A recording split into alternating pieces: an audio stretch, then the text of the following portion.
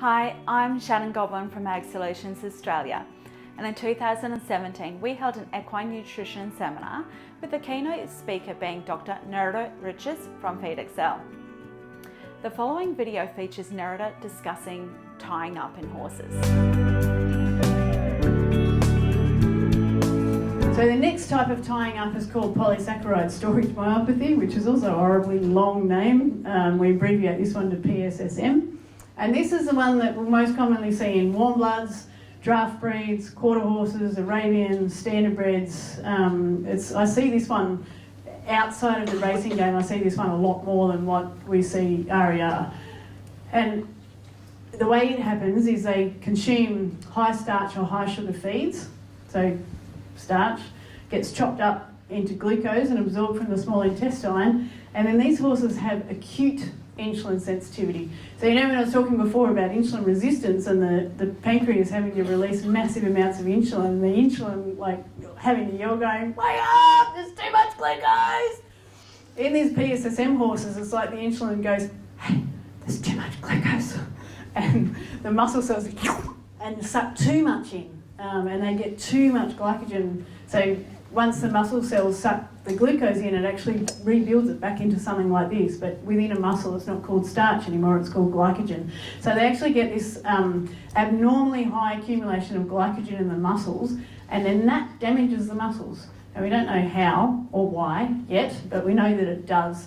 And then that's what causes the muscle soreness and the pain that we then call tying up.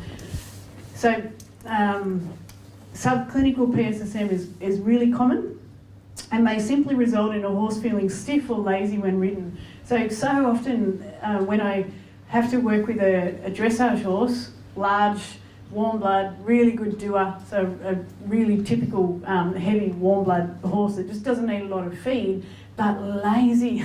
The rider's is like, oh, it wears me out because he's just so lazy, just keeping him going. What do I do? And the first thing people think of to do for horses that are lazy is feed them more. But these things are already fat. So all you do when you feed them more is just make them fatter and probably lazier. So what happens, what I think is going on with a lot of these horses, and quite a few of them are confirmed with blood tests, is that they're actually tying up. They're not tying up to the point where they're seizing up, but they're tying up to the point where they're going, this is hurting. You making me do this work is hurting and I don't want to do it, and they're just hanging back and not wanting to do the work, which is making them feel lazy. We put these horses on an appropriate diet, and all of a sudden they've got an abundance of energy. And it's not that their energy level changed in their diet, it's just that their diet is no longer making them feel sore and horrible. So you'll often see in these guys that they'll have a persistently abnormal blood CK level. So if anyone's ever had a blood test done on a horse with suspected tying up, they'll test this stuff called CK and also AST. But the CK is or both of them are an enzyme that should remain within a muscle cell. So it shouldn't be in the blood. And when they tie up, because the muscle cells rupture, they actually get released into the blood, and you'll start to see these things that should be inside the muscle cell floating around in the blood. And that's how we know when a horse has tied up. So they have persistently abnormal levels. They won't have really high levels, but they'll have levels that are a little bit higher than what they should be all the time. So how do we manage these guys? I love these horses. They're actually reasonably easy to manage. And the nice thing is that when we get them on a nice diet, they go from either feeling lazy or go from being absolute monsters to ride, like just bucking like crazy. There was a horse, an eventer, really good eventer down in Victoria, that its normal rider didn't want to hop on it this particular day because it was just in a foul mood, and another guy hopped on it. It bucked for half an hour. And I feel sorry for it because it was bucking because it was sore. Like it was hurting for that guy to be on its back, and it was doing all it could to get him off. And they thought it was just being an annoying horse and just being naughty. But we got it on a proper diet, and she's dreamed to ride. It's not bucking at all anymore. So it was just, she wasn't tied up. Like you couldn't see that she was tied up in her movement, but she was obviously really uncomfortable with someone sitting on her back. So the biggest thing with these guys is just reducing the amount of starch and sugar in the diet. And then when you reduce the amount of starch and sugar in the diet, you're just reducing the amount of glucose that can float around and then be taken up by the muscle cells. So you're not giving them the glucose to get those abnormally high levels of glycogen in their muscle, and the problem will just go away. So you have to use low sugar, low starch forages as the base of the diet. So exactly the same as what we were talking about with laminitis.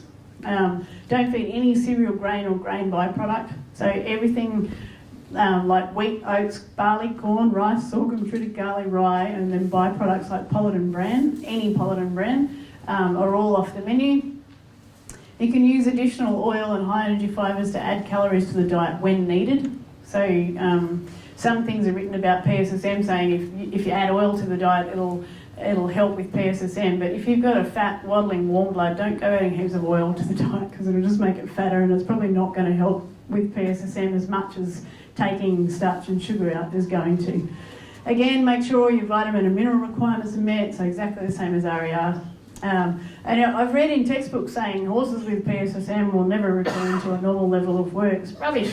We've got standardbreds winning at Group 1 level with PSSM and eventers competing at really high levels in dressage horses with PSSM. So it's not, if you've got a horse or end up getting a horse with this condition, don't feel like it's the end of them. It's not. You just have to feed them properly to make sure that you're not loading up their muscles with glycogen and damaging their muscles.